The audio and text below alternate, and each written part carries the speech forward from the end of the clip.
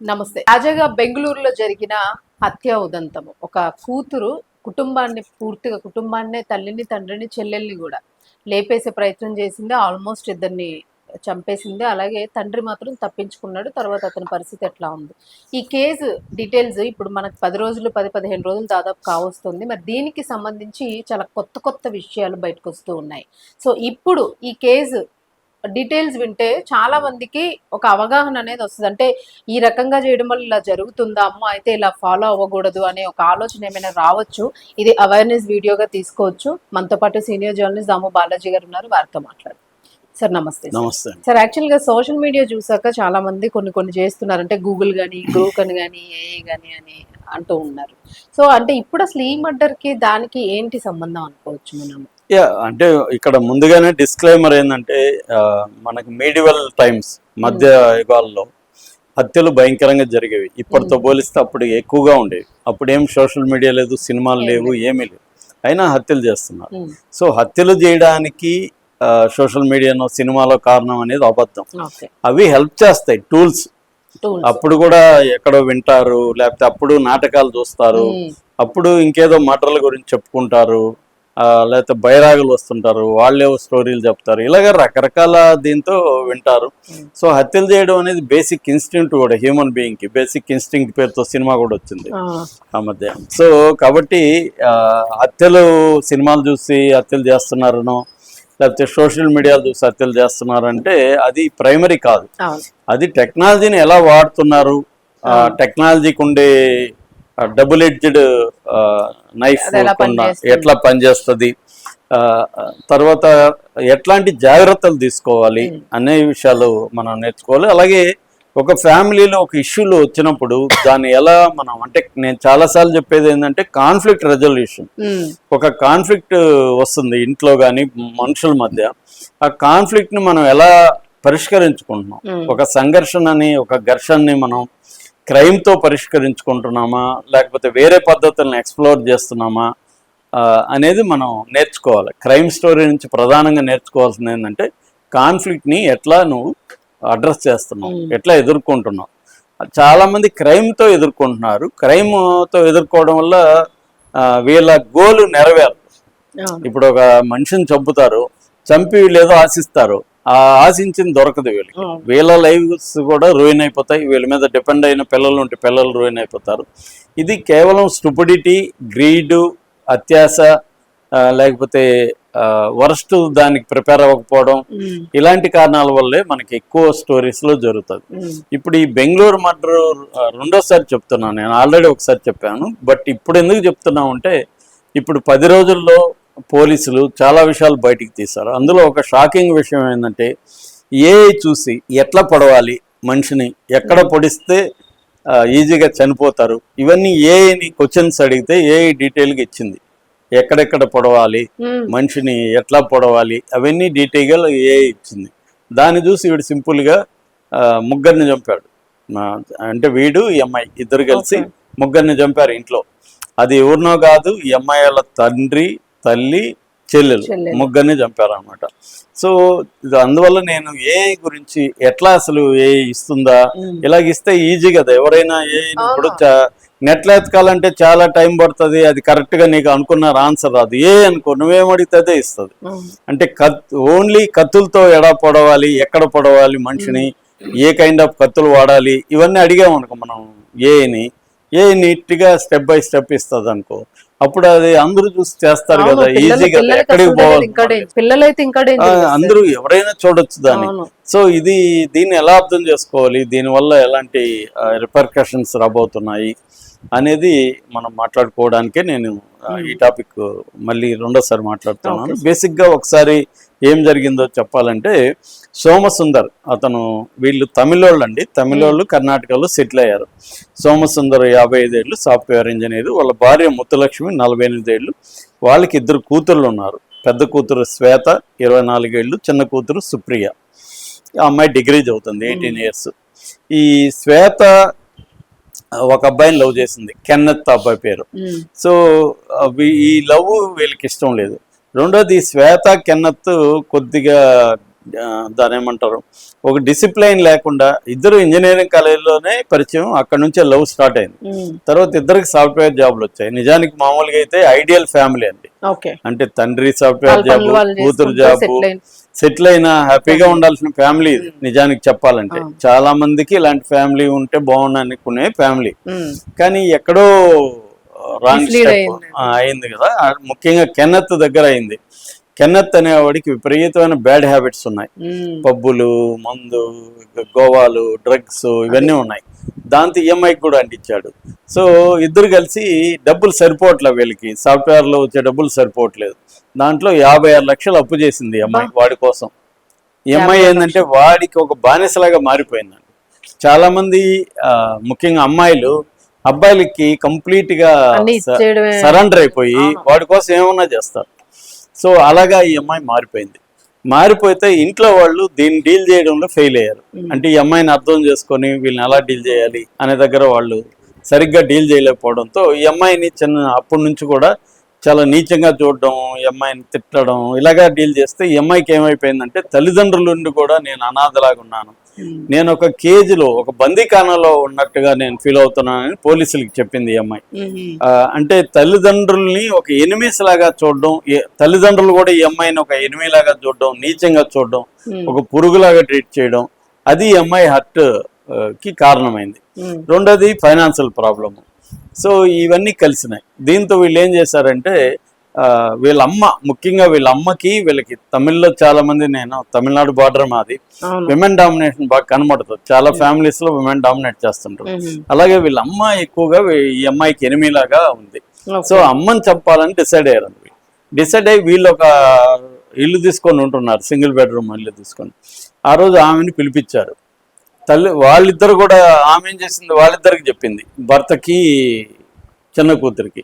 వాళ్ళు సరే నువ్వు వెళ్ళు, మేము ఒక గంట తర్వాత వస్తామని చెప్పారు. ఈమె వచ్చి వాళ్ళు కూడా వస్తారు గంట తర్వాత అని చెప్పారు. ఈ లోపల ఏమనుకున్నారంటే వీళ్ళు ఈమెను వేసేద్దాము అనుకున్నారు. అనుకొని అంతకుముందే ప్లాన్ ఉంది, ప్రిపేర్ అయ్యారు. ప్రిపేర్ అయ్యే వీళ్ళు సపరేట్గా ఒక సింగిల్ బెడ్రూమ్ తీసుకోవడం కూడా ఈ హత్యల కోసమే తీసుకున్నారు. తర్వాత ఖాళీ చేసి వెళ్ళిపోదామని. వీళ్ళది వేరే ఉంది యాక్చువల్గా. తీసుకొని వీడు స్టడీ చేశాడు ఏఐలో. అది నేను ఏఐ గురించి తర్వాత చెప్తాను. స్టడీ చేశాడు. సో ఆమె వచ్చింది, మాట్లాడుతుంది. సరే మాట్లాడదాంలే, ఇంకా వాళ్ళు కూడా వచ్చినాక మాట్లాడదాము ఇష్యూలు, అంటే 56 లక్షల డబ్బులు ఇవన్నీ వాళ్ళిద్దరు కూడా వచ్చినాక మాట్లాడదామని అన్నారు. సో ఆమె లేజర్లీగా టీవీ చూసుకుంటా ఉంది. సడన్ గా ఇతను వెళ్ళి అటాక్ చేశాడు. ఫస్ట్ మెడ మీద పొడిచాడు. ఇతను చూశాడు కదా, చదివాడు కదా ఎక్కడ పడవాలి, మెడ మీద పొడిచాడు. ఆమె కూలిపోయింది. ఈ కూతురు చూస్తూ ఉంది. కూతురు పడవలేదు, చూస్తూ ఉంది ఇవంతా. అంటే ఆ అమ్మాయి ఏదో వేడుకు చూసినట్టు చూస్తుంది.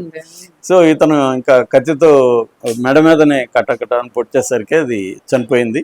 దాంతో ఈ లోపల వీళ్ళు బాడీని క్లీన్ చేసి దాన్ని బయటికి తీసుకెళ్దాం అనుకున్నారు. ఈ లోపల బిల్లు మోగింది. సో గుంతలో చూస్తే దాని కంతలోంచి తండ్రి, అతను గంట తర్వాత వస్తానన్నాడు, ఇప్పుడే వచ్చేసాడు. మేబీ అతనికి చావు రాసిందంటారే అలాగే. సో దాంతో వీళ్ళు ఇదైపోయి హడావిడైపోయి ఆమె బాడీని బాత్రూంలోకి లాక్కెళ్ళి అక్కడ బాత్రూంలో పెట్టేసి తలుపు తీసి, ఈ అమ్మాయి తలుపు తీసింది, ఇతను పక్కకి దాక్కొని ఉన్నాడు. ఈ అమ్మాయి దిగాను, అతను ఎంటర్ అయ్యాడు కదా, వెనక నుంచి మెడ మీద కొట్టాడు తండ్రి. అయితే అతను కొద్దిగా బలంగా ఉన్నాడు, కొంచెం ఇమ్మీడియట్ గా అతను, అంటే ఆ పొడవడంలో ఇతను లోతుగా పొడవలేకపోయాడు.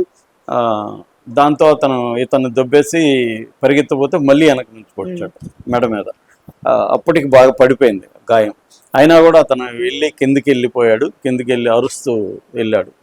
ఈ లోపల అతను వెళ్ళిన విషయం తెలియకుండా కూతురు లిఫ్ట్ లో వచ్చింది ఇంట్లోకి. ఇతను వెళ్ళి అరుస్తూ కింద పడిపోవడం అది జరిగితే ఈ లోపల కూతురు వచ్చింది కదా. కూతుర్ని మాత్రం ఈసారి అక్క ఫస్ట్ అటాక్ చేసింది. అక్క అటాక్ చేసి అమ్మాయిని కొట్టింది. దాంతో ఇతను వచ్చి పొడిచాడు. ఇద్దరు కలిసి చంపారనమాట కూతుర్ని మాత్రం, చిన్న అమ్మాయిని, సుప్రియ అనే అమ్మాయిని. సో ఇతను వెళ్ళి పడిపోయాడు. ఈ లోపల వీళ్ళు బైక్ తీసుకొని పారిపోయారు. బైక్ తీసుకొని తమిళనాడు, ఇద్దరు బైక్ లో పాండిచ్చేరి వైపు వెళ్ళారు. అక్కడ మధ్యలో బైక్ పెట్రోల్ అయిపోయి ఆగిపోయింది. దాంతో బైక్ని అక్కడ పడేసి అక్కడ బస్ ఎక్కి వెళ్ళారు. అక్కడ వీళ్ళిద్దరేమో పాండిచ్చేరికి వెళ్ళిపోయి అక్కడ నుంచి విడిపోయారు. ఇద్దరు ఒకే దగ్గర ఉంటే దొరికిపోతాం విడిపోయి వెళ్ళిపోయారు. తర్వాత ఇక్కడ ఏమైంది, పోలీసులకు ఫోన్ చేశారు. పోలీసులు వచ్చి తనని హాస్పిటల్కి తీసుకెళ్లారు. వాంగ్మూలం ఇచ్చాడు ఇతను తండ్రి, ఇట్లా మేము చర్చలకు వచ్చాం, వాళ్ళిద్దరు పొడిచారు, అంటే అతను పొడిచాడు, ఆమె కూడా పట్టుకునేందుకు కూతురు కూడా అని. సో భార్య పాప అయితే చనిపోయారు అక్కడ స్పాట్లో, ఇతను కూడా హాస్పిటల్లో, తండ్రి కూడా చనిపోయాడు. సో ఇప్పుడు పోలీసులు పాండిచ్చేరిలో ఫస్ట్ ఈ అమ్మాయిని పట్టుకున్నారు. ఆ అమ్మాయి ఏమో నేనే చంపాను, అసలు కెన్నెత్తుకి సంబంధం ఉంది. చూడండి ఎంత లాయర్, అంతైనా కూడా అమ్మాయి బాయ్ ఫ్రెండ్ ని కాపాడాలి. ఇంకొక యాంగిల్ కూడా ఉందండి దీంట్లో. ఈ బాయ్ ఫ్రెండ్ కి వేరే కేరళ అమ్మాయితో కూడా అఫేర్ ఉంది. ఆ విషయం ఈ పిల్లకి తెలిసింది. తెలిసి అడిగితే స్టార్టప్ స్టార్ట్ చేయడానికి టెక్నికల్ హెల్ప్ తీసుకుంటున్నానని చెప్పాడు. అయినా కూడా ఈ అమ్మాయి భరించింది వాడిని. అంటే ఈ అమ్మాయి ఒక రకంగా వాడికి బానిసలాగా అడిక్ట్ అయిపోయింది కంప్లీట్ గా. సో అలాగే తనని సేవ్ చేయడానికి అమ్మాయి ట్రై చేసింది, కానీ వాళ్ళు నమ్మలేదు. ఎందుకంటే ఫాదర్ వాంగ్మూలం ఇచ్చున్నాడు కదా.